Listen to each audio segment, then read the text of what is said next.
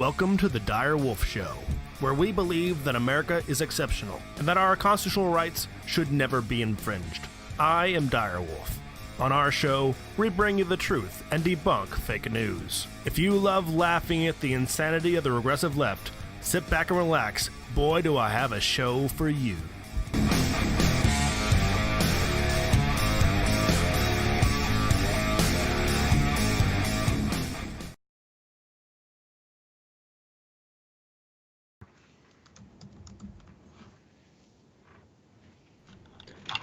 Welcome back, Wolfpack. Dire Wolf here for another Dire Discusses, and today we're going to be discussing how YouTube sucks, but more specifically, the YouTube algorithm and how it's been screwing over people from all sides. Everyone hates that all sides argument, but sometimes it's completely accurate. With me today is my co-host, Fox. How you doing? I am doing fantastic. How are you today? I am doing all right. Pretty tired, but that's all right. I am ready for this wonderful show. Thank you, Tetris Freak, for the lemon. Much appreciated. Just a reminder, if you want to hear from Greta, just donate any amount of money above $2 on Streamlabs, and you'll be able to hear her happy her happy voice. Any case, so we're going to be discussing. What did Trump say about her? What would he call her? Like she looks like a happy little girl or something. I forget what it was, It was but funny. I remember even Putin was clowning on her. Oh yeah, he was pissed. I was like, oh no, here it goes. I saw that on Twitter and I was like, oh no, that's gonna. I don't know what this means, but it can't be good. Putin actually on in a speech at an event. It wasn't during the middle of a speech, but he actually cracked a joke about planning on controlling the upcoming election. Just doesn't even care. Just riling up the media. Any case, I think they're otherwise indisposed. Yeah, pretty much. Hey, thank you for everyone who donates to the show and who makes it possible. Please like, share, subscribe, and follow. It helps out a lot.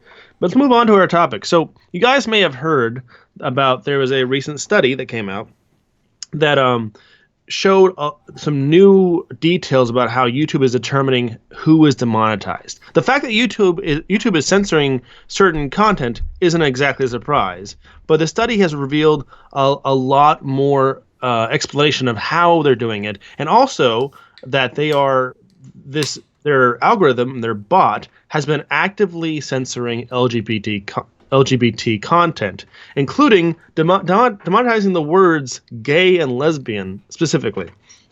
So, and this is something that people have been noticing for a long time.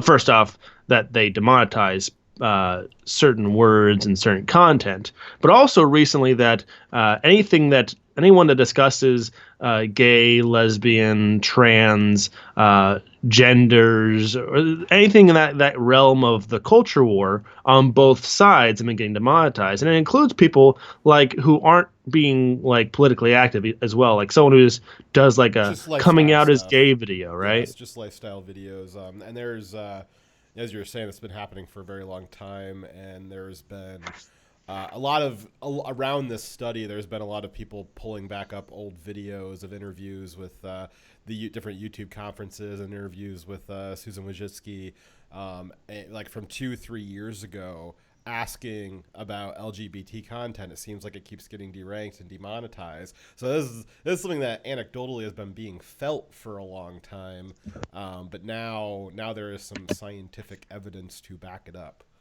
Yeah, and that's why a bunch of YouTube creators, or gay and lesbian LGBT creators, have actually gotten together and are suing YouTube because of them being deranked and censored and demonetized, just because of basically their sexuality. Because what they're being banned for, a lot of them are not like, they're not doing anything political, nothing that would be not advertiser friendly.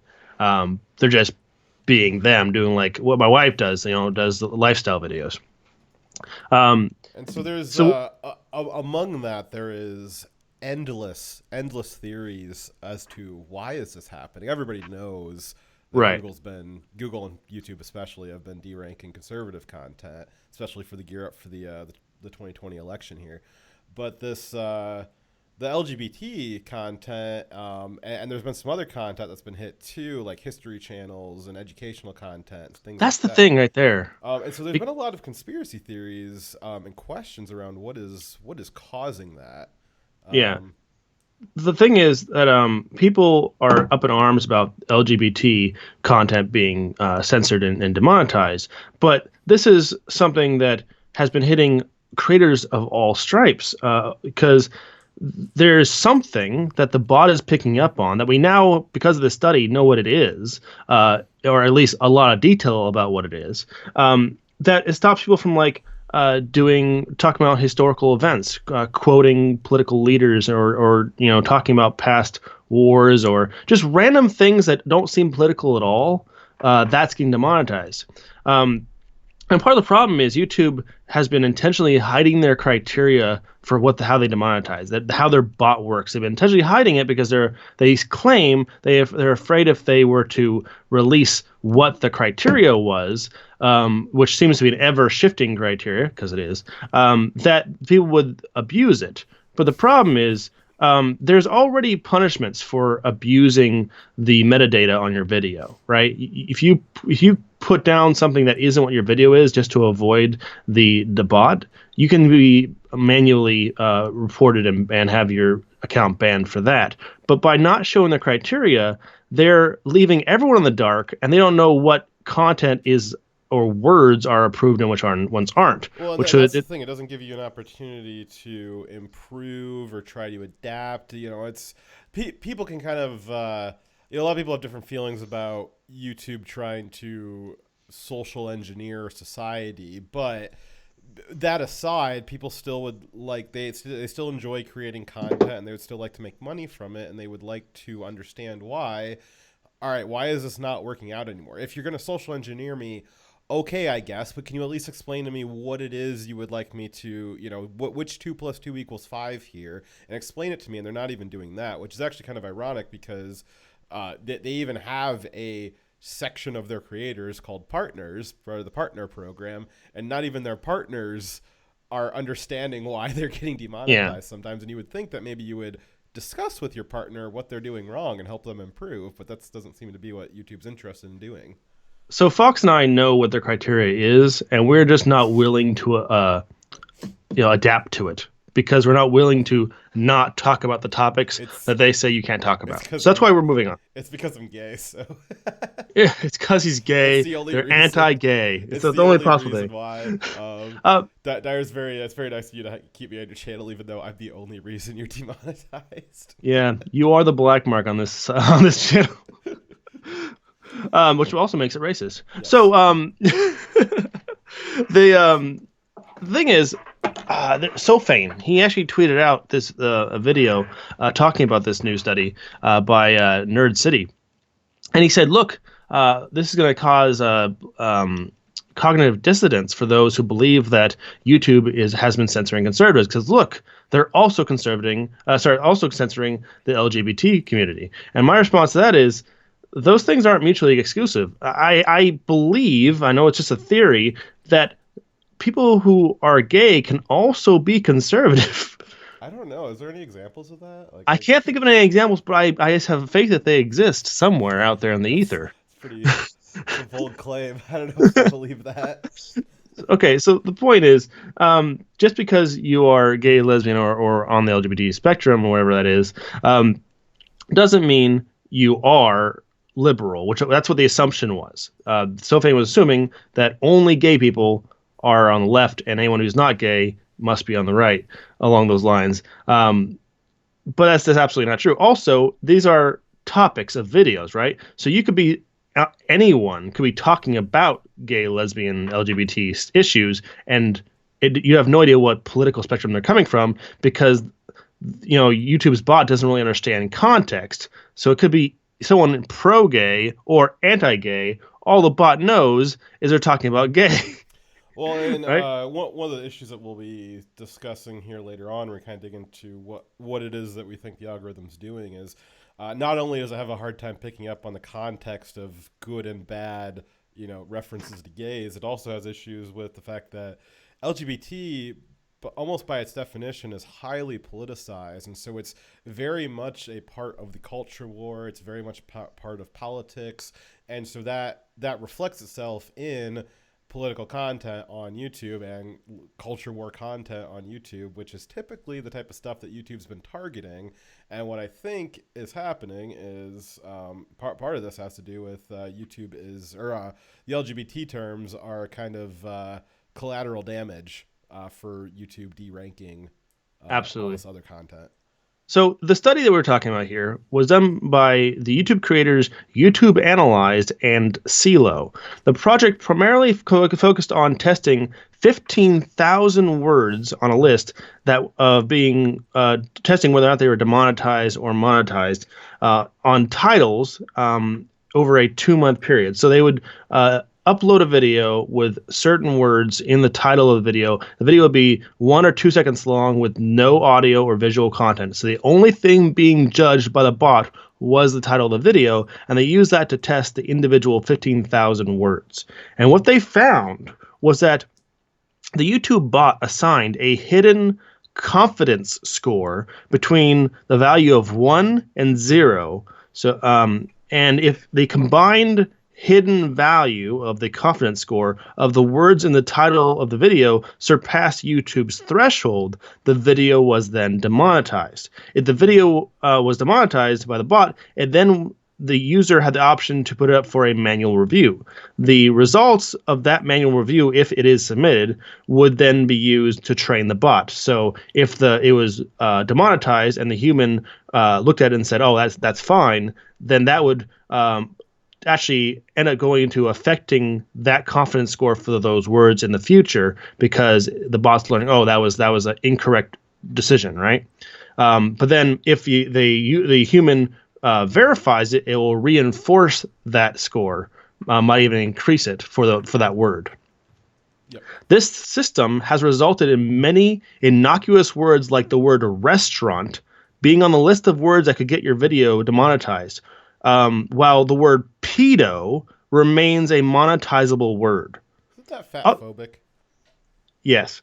Other words that could get you banned are boobs, female, feet, and feelings. Those are all demonetizable words. Well, that I mean, it's not me. That explains it.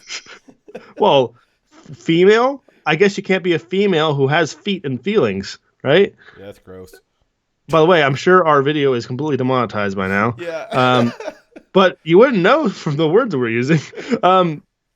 Also, you know what word that wasn't banned, though?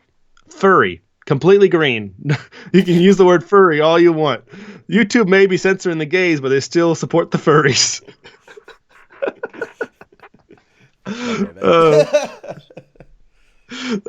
There are two things that are driving YouTube to censor and to rank and demonetize. First, clearly they have a political bias. One that leads them to think that conservatives are the wrong, evil radicals in society. They think that that people with their regressive mindset are the vast moral majority. Well, the other part of that too is that they believe that as kind of their culture at Google, that conservatism is evil and wrong. But they also got the media has just been riling them up like no tomorrow. Yes. About, oh, you got the YouTube is it's a radicalization portal. It's just a sled right into white supremacy. And YouTube's like, no, it's not us. And the media's like, yes, it is. And so they have to overcompensate because the media keeps pumping out these fake studies about how, the Thinkery and Sargon of Akkad are two different people and they're both on different sides of the spectrum. And now Tim Pool is basically like wearing a white hood during all of his videos. Yeah, they believe that the evil caricature of conservatives that they've been taught to believe by the media and such. They think that anyone who's on the right of politics, first off, they're a minority. They don't think that the conservative opinions are very common, and they think that they are like radical and dangerous. So, of course, when they're trying to train their bot for what opinions that should not be monetized, they're feeding them mainstream conservative opinions, not realizing that that's what half the country believes, right? You know, because I really think that they think that they are the majority. You know, that their opinions are not only the majority but the vast majority. Well, In yes, but addition to they're all much smarter than us, Dyer. That's exactly. why. So, but in addition to their bias, which helps to inform what opinions they think are the ones they should be, using as the standard for evil, they also have the economic pressure on them that the actual radicals, the regressive lefts in society, will actually attack them and their advertisers if they let commercials run on content that they disagree with. So they also have the economic pressure to try to make sure that no ads run on right-wing content. So that together is what's motivating YouTube. There really is no way for their bot to censor just the opinions that they disagree with, because it will inevitably censor based off of keywords and phrases, which could be used by anybody, and without devoid of context, will ban people on their side as well. So, really, it's something they're not going to do. The only really fair thing they could do is not censor the opinions, only block things that are actually illegal. And what they should do, and what we should all realize is the ads they play are not support of the video they play on. The ads are catering to the viewer. The ads are for that viewer. Let that viewer watch whatever the hell they want to watch. The ads are being played for that viewer, not to support that content. Such a concept, very radical concept. I know, I'm crazy. Absolutely insane. All right, so I wanted to my background is I'm a programmer. That's what I do for my job. Some of you guys know a little bit about that, but I actually work with quote unquote AI stuff, machine learning quite a bit, and so I'm actually pretty familiar with how all of this stuff works, and it drives me insane hearing people who aren't in the know about AI and machine learning talking about this stuff. There's a lot of confusion out there, and YouTube just loves that confusion, that nobody knows how this stuff works. So if you guys bear with me here for a little bit, I'm going to take you guys down a little rabbit hole, and we're going to discuss a little bit about how it is that the YouTube algorithm actually works, and then that will shed some light on why we're seeing these issues with it deranking stuff that it maybe shouldn't be deranking or wasn't Google's intention to derank it. And then we can go into, and then we'll understand why it's doing what it's doing. We can maybe discuss some ideas of how to get it to not do that and how YouTube could do a lot better. Spoiler alert, they could just not censor stuff. But can they do that? Yes. Is that an option? I know it's pretty radical for an authoritarian. Like, that is a card in their hand that they can play to not be an authoritarian. But like, have we ever tried that? That sounds unproven. I don't think so. But anyways, so let's what one of the funny things is YouTube always says when people ask, well, what are these criteria? Like, why is it deranking? There's a lot of videos of people asking Susan Wojcicki that, and she said something to the effect that we don't use, it was her saying this, we don't use blacklists, we don't use derankings like that. We don't have a policy. And so one of the things people want to know about is tell us how the algorithm works. What's the algorithm doing? And Google won't discuss that algorithm. And YouTube and Google won't discuss that algorithm. And I use Google and YouTube interchangeably. They're owned by the same people. But them explaining how it works wouldn't just give away the farm. Them explaining the theoretical model is a very long shot from giving somebody a workable program that would do what Google does, would do what the YouTube algorithm does. Like, if, for instance, Dyer were to explain to me how do wings generate lift on a plane, and lift it up into the air, I'm not going to be able to use that information to build a monopoly that runs Boeing out of business. Like, I can understand how wings work. You can explain it to me, and I'm not going to just immediately build up like a competing company with you and destroy you. I might if you gave me specific schematics, but that's not what we're asking for. We're asking for what's the general principles that your AI is running off of. And so I hear you guys say maybe, that's a weird comparison. Flight's old news. It's a well understood thing. It's easy to grasp. You can see its effects at work if you go look up in the sky, or if you're riding a plane. AI is nothing like that. It's a lot more complicated. You couldn't possibly grasp it. And that's exactly what the big tech marketing directors and realistically programmers like me want you to think. Programmers are the new priest class. We're the magic makers. AI developers are the highest priests of all.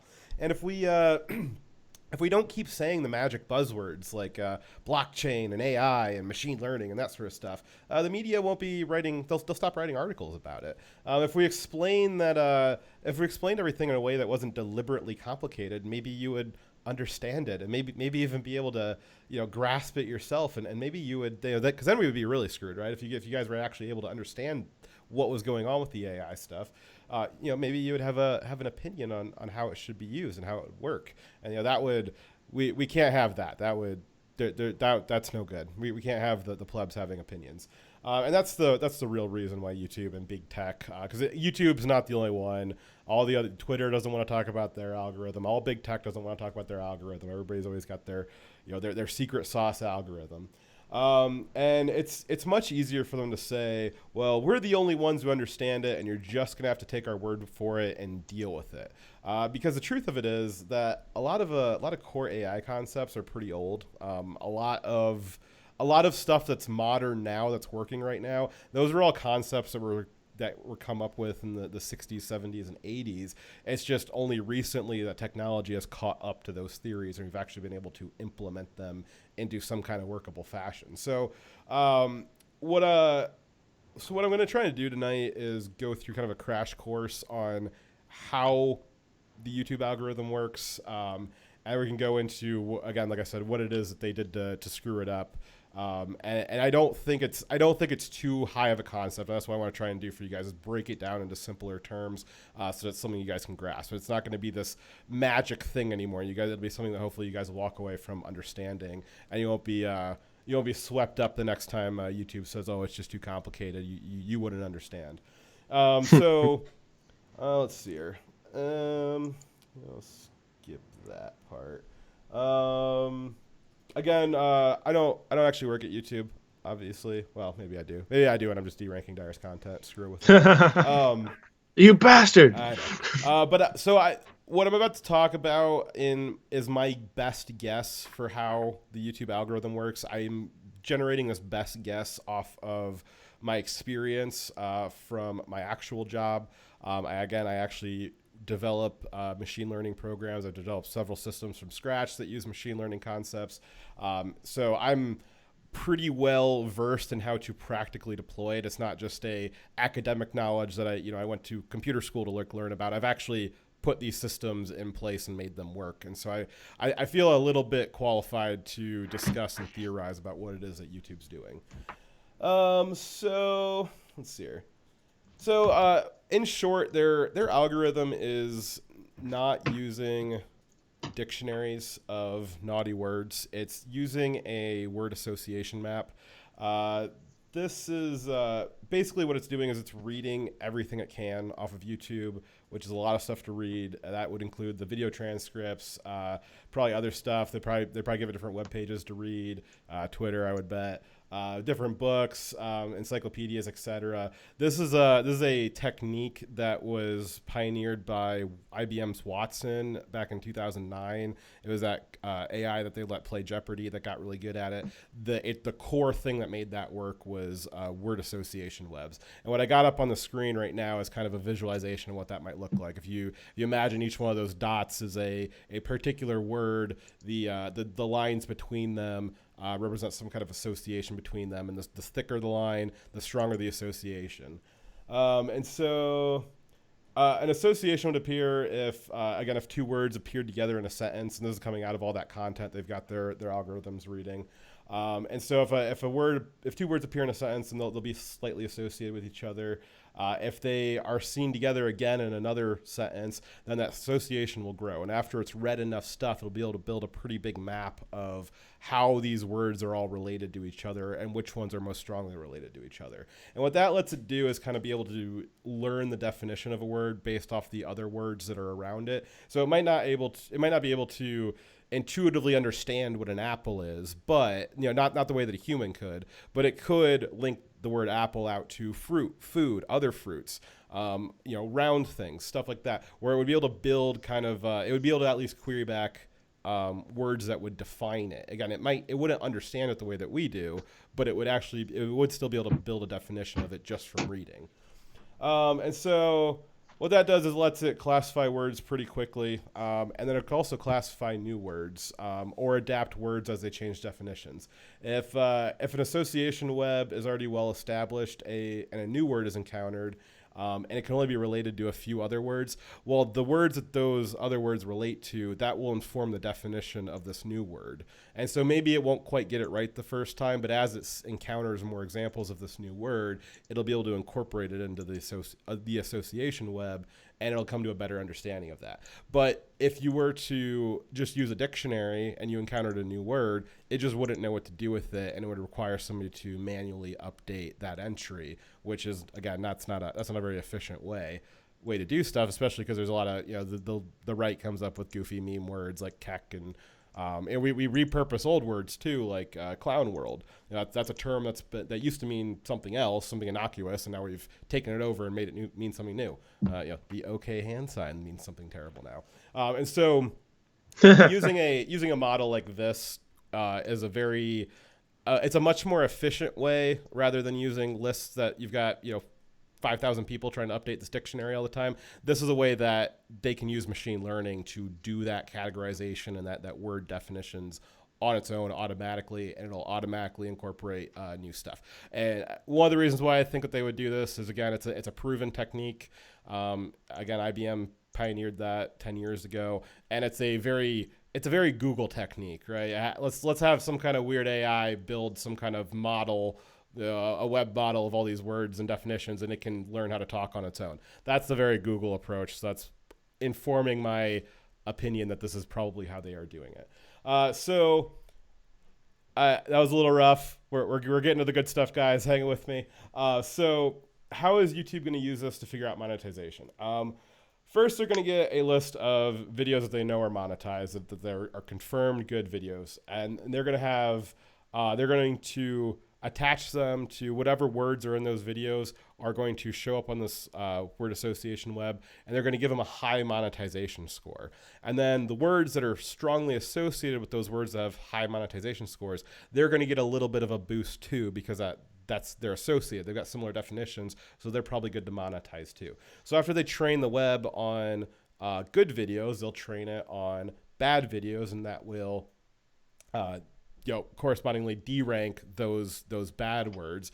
And after a while, you give it enough training sets of good videos and bad videos, you're going to have some words are going to be common between both of them, and they're going to end up having a pretty neutral score. You're going to have some words that are very associated with good monetized videos, and those are going to have their score jump up way high. And then you're going to have words that are real common with demonetized videos, and those ones are going to drop pretty low. And so after a while, you should have, again, a pretty good dictionary, a full dictionary of all the words that are being used on YouTube and what all of their monetization scores. Even if some of those words haven't necessarily appeared in a video title, because they're associated with other words that were, you can still get their score based off the words that are around them. Let's see here. So, and I think let's do that part. Sorry, I went a little off script there. I bet a lot of those videos, the initial ones when they're trying to build the profile for this AI, were like picked by the people who run YouTube. Like, hey, here's channels we trust. Here's ones we don't. these are examples of content for their good or bad. Well, and so that's one of the benefits of a system like this is you don't need a tremendous amount of good examples. You just need a relative handful, probably in the thousands, maybe, To get it started, right? Yeah, because again, it's going to even if you get, say you give it 10,000 videos, you're not going to hit every single word in its dictionary, but you're going to be able to hit words that are at least associated with all the other words. So you should be able to at least update at least every word in its dictionary with just 10,000 videos. You could probably do it with 1,000 videos, but again, because it's linking those words together, it doesn't need to see every single possible example. It's able to kind of intuit that based off how the words are related to each other. Right. So go on. You can pick up this part. I don't even know where you're at. I'm at the part where you're supposed to read. Oh, okay, right. So I want to note that these words will come from overlapping groups. So the videos and the words they picked from that are from good videos and bad videos, and the words they will be used in a variety of different contexts as well. So these good and bad words don't actually have any value in determining which videos are advertiser friendly. Even from YouTube's perspective, me saying gay in this context is a completely different meaning or context than in a video where someone is saying that gays are bad, or where another video would say where gays are better than cis. It's a different context, right? So the word itself has no value in determining whether a video is good or not. I could be saying that the Nazis are evil, but because I use the word Nazi, now the algorithm is going to term this to be a bad video. But you could be a video that is good, calling out Nazis. The same words in a terrorist call to violence could overlap with the words used by a historian describing a battle in history or quoting a world leader. So that's one of the inherent flaws in this algorithm starting from the very beginning. Yeah, and so this does a little bit better towards getting to context. You're never going to get as high of a resolution on context as what a human would have. You know, there are some humans that are pretty bad at figuring out context, but we'll leave that aside. But using this association map, you can kind of get clusters of words together and look at how different clusters of words are associated with each other as well. That would give you more context, but that's also going to require more and more computing power. You have to analyze what are these second relationships, these third, fourth, fifth order relationships of these words. You might have to look at a word that's related to a different word through 5 different links to get the proper context for it. And that scales up your computing power exponentially. And there's actually one of the problems that they're going to have with that is, and I can say this for sure, because there's a problem in computer science where some problems are not solvable easily, even if you have a ton of computing power. So things like encryption. The only way to break encryption is to try every single combination. There's not a good way of getting to it without trying every possible combination. Now you'll get lucky. Sometimes you'll pop up to it early, but there's not a defined method for getting to it in a shorter route than just trying at random. And this is there's a whole category of problems that fall into that classification where it doesn't really matter how much computing power you throw at it. It's just a really difficult problem to do, and most of the time it's going to take longer than the age of the universe to actually compute it. Yeah, but no matter how good it is, there's the problem of, like, you remember George S. Patton, right? World War II era general.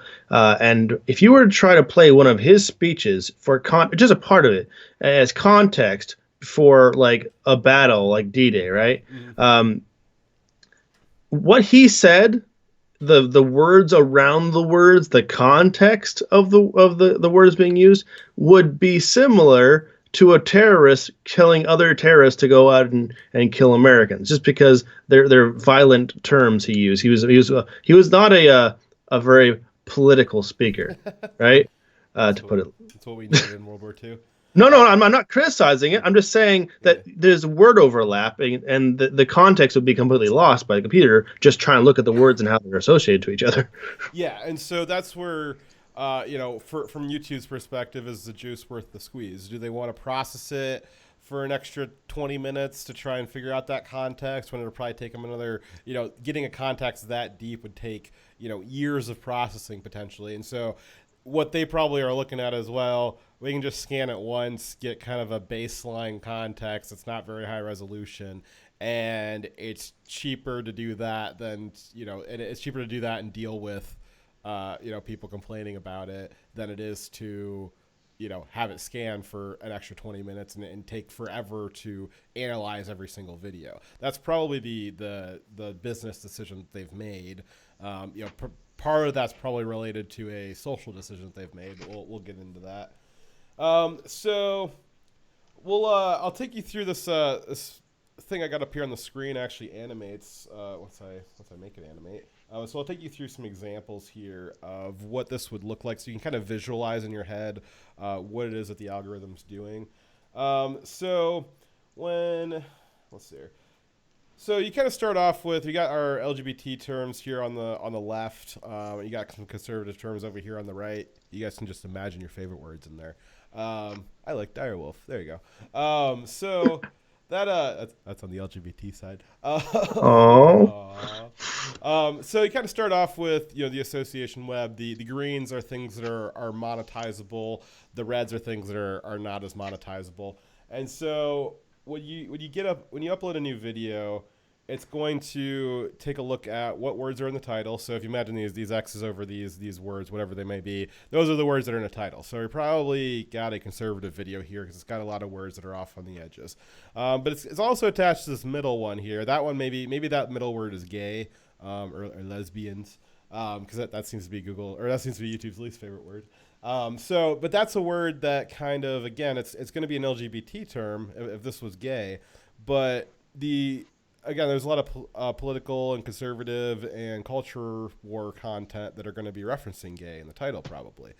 So this one's going to end up with a demonetization because it's attached to a lot of low-ranked words. And then it's going to be manually confirmed that, that's a demonetized video. So as Dyer was saying earlier, it's going to reinforce that these are bad words. And so those words are going to lose some of their color. And then it's going to update the words that are related to it. I don't know if you guys will be able to see the color shift. It's kind of subtle. Yeah, so all the words that were attached to those words that were in that title, they also got deranked as well. And so we can see our middle word here, gay, it got kind of deranked, even though it was good. It was attached to a conservative video, and so since that conservative video got demonetized, it deranked the word gay in the middle. And so if we go up to our next video, we got a lot of LGBT terms in the title here. It's probably what was that video? Was that Queer Kids stuff? Probably one of their videos. Whatever they might be, and they're on a lot of green words here, so that one's probably going to get monetized. And when it tests it, they're all green, so it's good monetized, and that's going to reinforce that those are good words. And so you got the middle word here, again, could be gay, that got back up to full green. And so you get this kind of tug of war between conservative content or political content that they're trying to derank, and then regular LGBT lifestyle stuff. And it's going to pull those words back and forth every time a video pops up. And then, but then you got Google going in and trying to derank conservative content. So they've identified these words over here that they would like to derank. And we know that they're doing that because of the Project Veritas stuff that came out at the beginning of the summer with their machine learning fairness. And they said in their machine learning fairness doctrine that they are feeding their algorithms biased data sets to get them to have the characteristics that they would prefer rather than just working naturally. And so we can see what happens when they start deranking the conservative content on the target there. And so it made all those a little bit redder, but it also deranks some of the associated words that weren't in that target window. And if they keep doing it, it keeps deranking those associated words. And so you got this nice dark red over here with all the conservative words, and that's great because now none of that's ever going to get monetized again. That's perfect. That's exactly what they were looking for, is to keep all those dark red. But now it's affected because of the association network. It's affected a lot of words that were not in that target boundary, and it's as you can see, it's even flooded over into the LGBT terms here. And so by the time you get all the conservative words that you're targeting as deranked as possible, they've polluted the network and caused other terms that you weren't targeting to get deranked. And so I think this explains. Again, I don't know if positive, but the evidence that we see suggests that this is probably pretty close to what's happening. As we can see, the LGBT terms that were not in the target, they've now been mostly deranked, which is something that we see. You could imagine this also being educational history content that's also going to share a lot of high association with politics and conservatism. And you'd probably see the exact same thing happening there too, where those terms are getting deranked even though they're not in the target window. And so, Right. do you want to jump in there? I got Yeah. So for people who are saying, "Oh, look, because LGBT people are having their content censored or demonetized, this is proof that YouTube is not censoring conservatives." It's actually quite the opposite. They are an unintended consequence of YouTube's censoring of conservative content. They are being censored because YouTube is censoring conservative content. It is a cause and effect. So, yes, we also don't want them demonetized. But if you want to stop them from being demonetized, you got to attack the cause of the problem.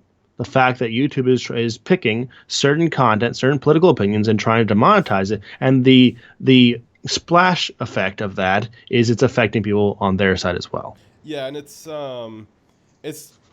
I don't know if they're gonna be able to fix it because you're having what the way that I would do the machine learning fairness is if I was told how would I if I was told okay I want you to derank conservative content and the only way to do that is to feed it bias data. You can't.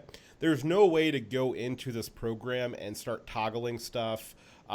It just that's just not how AI stuff works. You wouldn't be able to move stuff because it's a learning program. So if you change something to a wrong value, the next time it encountered it in the wild, it would just relearn how to do it the right way. It's always going to try to relearn the right stuff. So the only way to get it to do what you want it to do is to teach it to do those things. You can't just toggle stuff manually. You have to feed it data sets. So what I would do if I was told to do that is every time I came across a deranked conservative video, I would tell it to train off of that 10 times so that it's really, really reinforcing that that is not good content.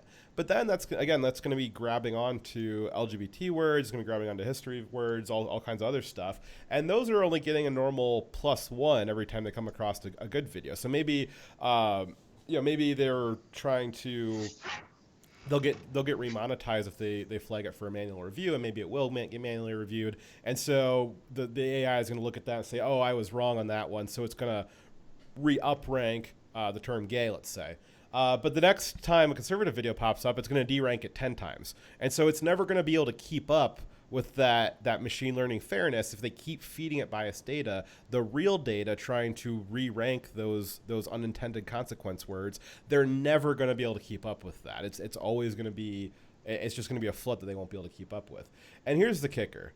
For the same reason that they won't be able to stop it from deranking LGBT terms when they force it to derank conservative stuff, they aren't going to be able to force promote LGBT stuff because it will just re-promote the conservative stuff. It'll just be the same thing that happens in the opposite direction.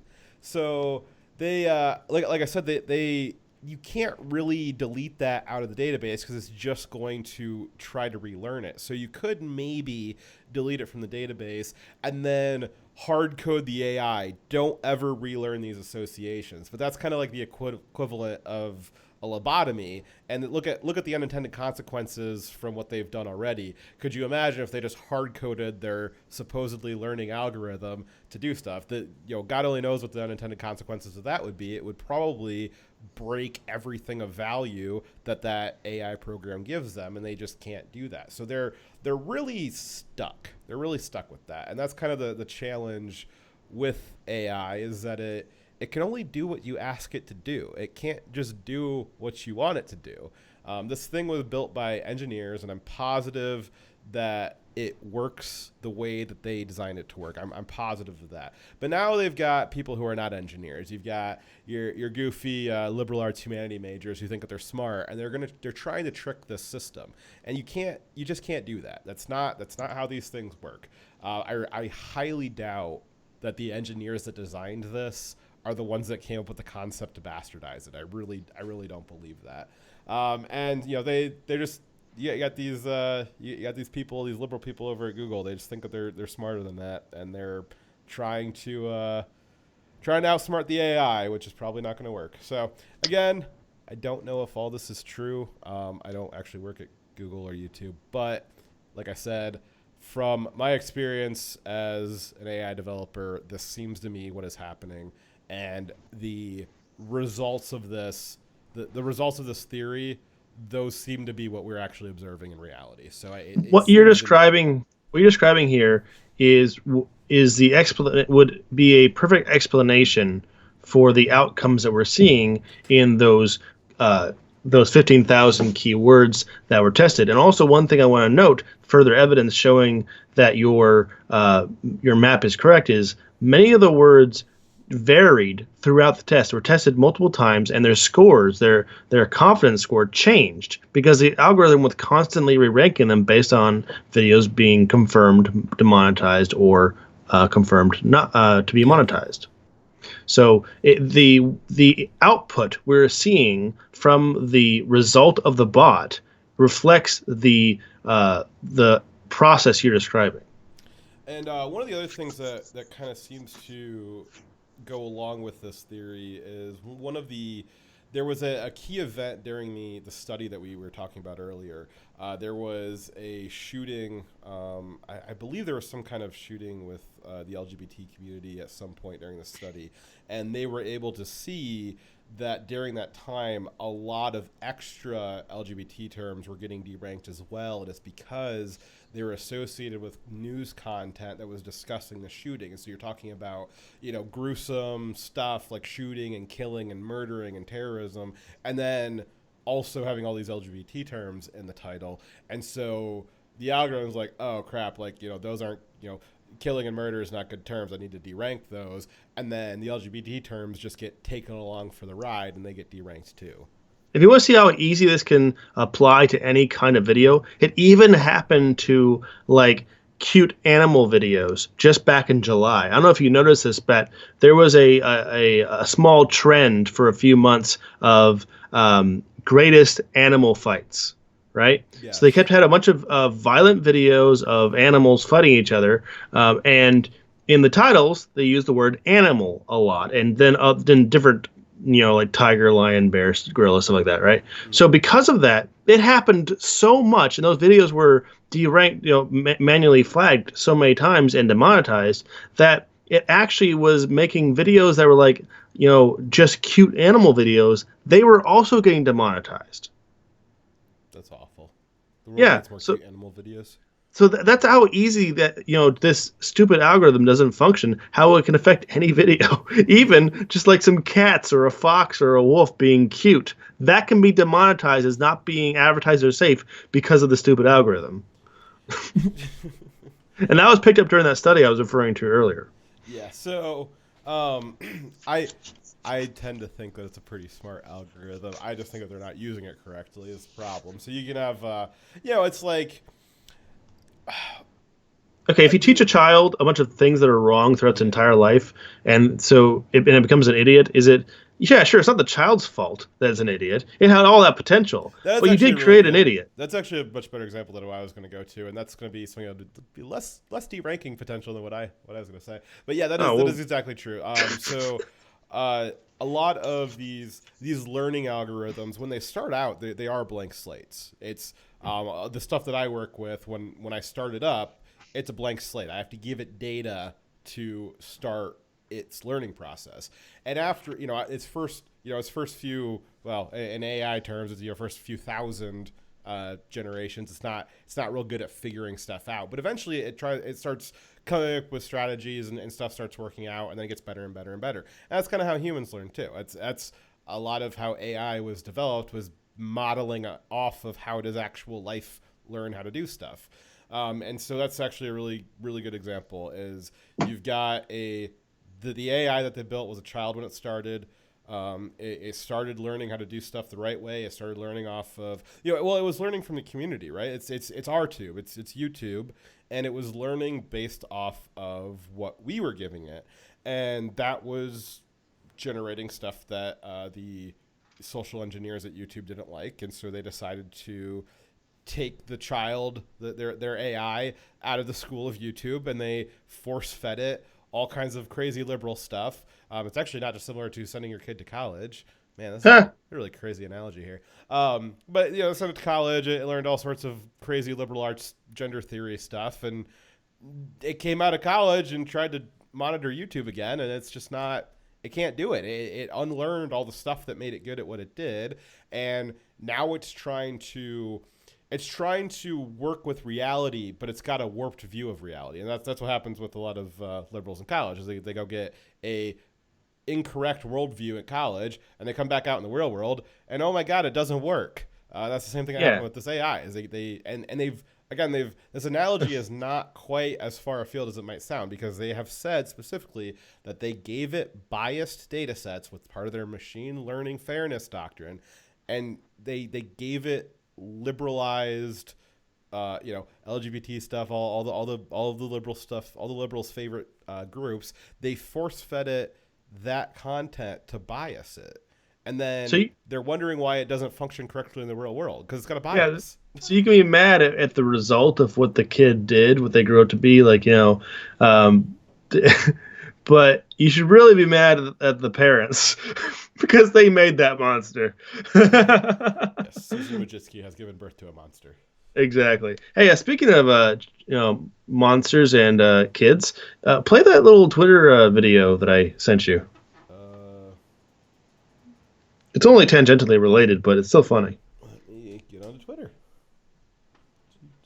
I put it in the Skype. Oh, I don't know what to do with Skype. There we go. Oh God, I'm just gonna get us deranked here. I think we're already there. I said Nazis twice. Climate.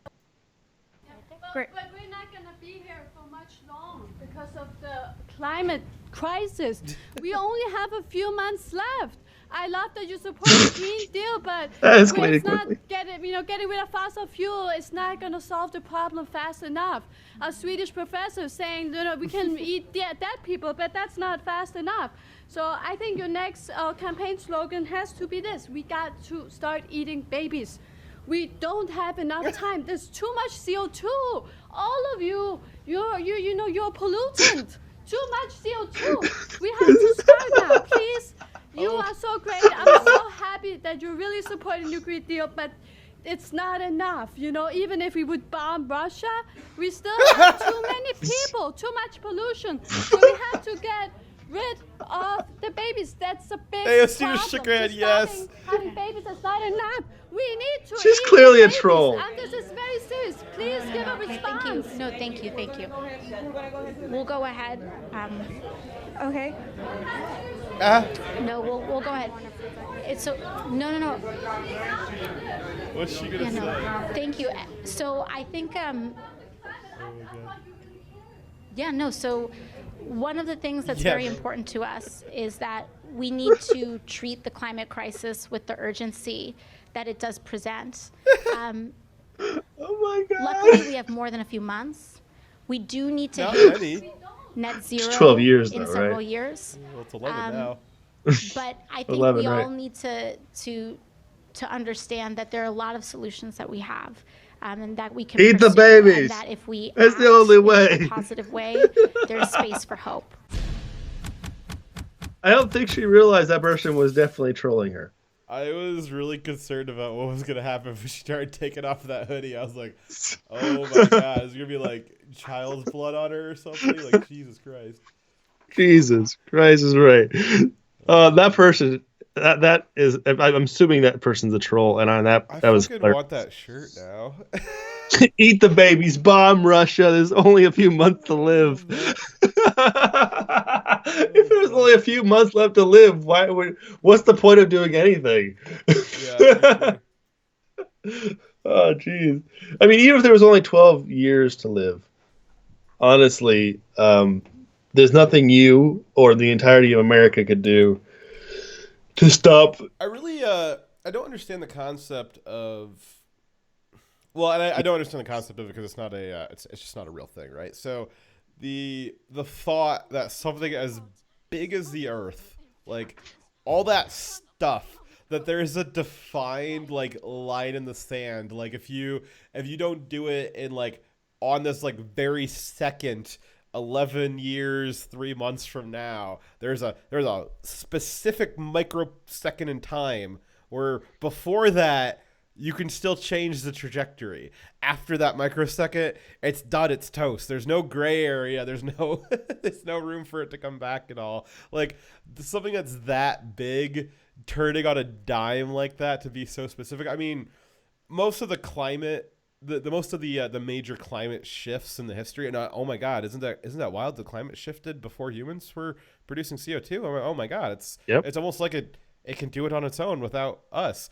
But those are climatic events that took hundreds of years. I mean, it's not something that just happens instantly. There's a few events where it happened over the course of a much shorter window when, like, a bomb of a volcano went off and it caused a volcanic winter, or a meteor struck. Those turned over a little bit quicker, but that's not what they're proposing here. They're proposing that just kind of the gentle bleed of CO2 that humanity produces, like that's extinction level event. Like that both those events you described are like bigger than some of the nuclear weapons we've used. Like they're well, all of them are. All of them, actually. Yeah. We're talking about some. Those events are bigger than a bunch of nuclear weapons being blown up in the same spot, and imagining the aftermath of that much explosion. That's kind of a similar thing they're dealing with. It's not a small event, But another problem is they look at the Earth as like a closed system that isn't changing, right? So they look at what the few things they are able to measure, like CO2 that's being produced, and they can't even measure that properly because they don't know all the CO2 being produced, and then how much they think that's being consumed back into the Earth, and then they are projecting how much it's going to grow. What they can't account for is the multitude of things they can't measure and that they can't factor in. They can't factor in that additional CO2 is going to result in additional plant growth, green growth, which is going to reduce and produce more plants that absorb that carbon. Did you know that the average of plants that are around right now, that they developed to be optimal between 300 and 1,200 parts per million CO2? And do you know what our current atmospheric levels of CO2 are? Way less than that. Yeah, they're at about 380. So we're at the very, very low end for what all modern plants evolved to be able to consume. So I'm assuming that at some point we had much higher levels of CO2 for them to develop that. And that's actually that's something that Mark Levin, there's a study that he brings that up all the time. That's kind of like his bread and butter whenever the carbon argument comes up. He's like, if we get it any lower, we're going to start seeing like mass die-offs of plants. Like there's just not going to be enough CO2 for them to survive. And so maybe the increasing the temperature by 2 or 3 degrees might not be optimal for humans, but keeping the carbon low probably isn't optimal for humans either, because the plants will die off. So maybe we'll keep the carbon up and let the plants grow, and but we'll build some more air conditionings. Yeah, that seems like a good solution. Possibly. But they don't factor in the effect of the sun. The biggest effect on the climate is the sun. They don't factor in a whole lot of things that they can't measure, and so they just base their models off an imperfect data set, and it has over and over proven to produce false results. right? You've got the last year there was a big silent scandal. It was big in certain circles, and then nobody else in the real media wanted to talk, or the mainstream media, not the real media. What am I talking about? The mainstream media just didn't want to touch it with a 10-foot pole. There was a report out of NOAA, the National Atmospheric and Weather Society or whatever, the weather people, the ones who take the temperature. They have a report that shows that they were just fudging the data around. Like, they've got some kind of scientific term for doing that makes it seem like it's okay. But what they were actually doing was, certain weather stations, they break down over time, or situation changes, and they would just rewrite the numbers to what they figured that they would have been, and sometimes changing the measurements by as much as 5 or 10 degrees. And they're then feeding that data into these climate models that they can't predict if it's going to rain next week, but they know that the world's going to end in 12 to 100 years, and then they're feeding it just this completely made up data set that they have admitted that they've literally admitted that they just made it up. They wrote it out by hand, and the mainstream media doesn't want to talk about that. Greta doesn't want to talk about that. Like, nobody wants to talk about that. So, and it's actually sad, because I would like to know. If something's going, I'm a very scientific guy. I just don't buy that they are. Yeah, I'm not willing to destroy our country based on imperfect data that has been producing false positives for the last 60 years. Yeah. Well, and it's, sorry, it's cliche, but how many of the bigwigs are buying oceanfront property? Obama is not even 60 yet. He's probably going to live another good 40 years on his government health care pension. But he's got a brand new beach house. Like, yep. Is he just an idiot? Like, is he just retarded? Is that what the problem is? Or debatable? Is it is it maybe not true? But we already know that the green agenda, the idea of using climate change as for political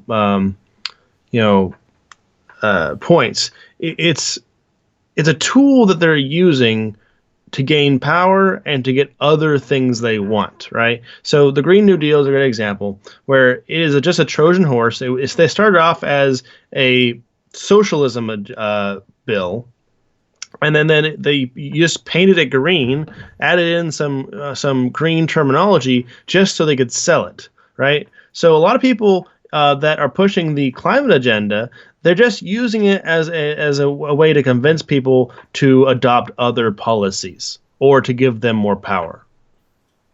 So I don't call me jaded, but I've seen too much of the dishonesty in the political elites and them using emotional appeals to make us do things that are bad for us, for me to trust them on their false science here. Are you suggesting that Greta is not a scientist, that she is just there for an emotional appeal?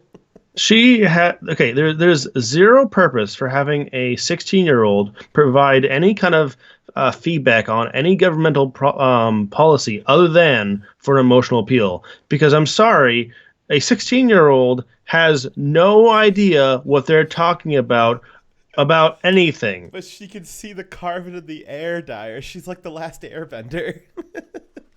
Be that as it may, she's still not a climatologist. Can somebody put the little, like, the arrow thing, like the last airbender head thing, put that on her? That would be a funny, yes. It needs to happen. Funny. Oh, like, that needs to be like a comic. That would be hilarious. Greta, the last airbender. Yeah. The last carbon bender. Call up Dave and Liz. Mention that. Use that picture right there. It's so creepy. Where'd you send it on? MG Live.